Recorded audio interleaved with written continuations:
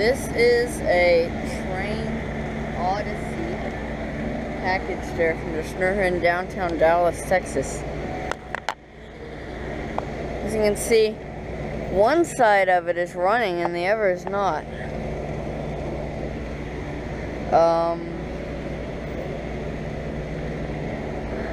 Looks like it actually might be 2 units. I've never really seen one of these. Well, I've seen one, but I don't see them very often. Can't really see the data sheet.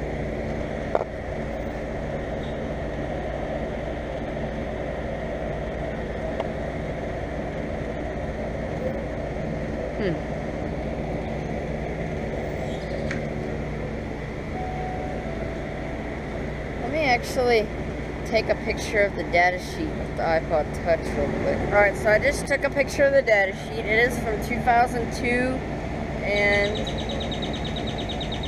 I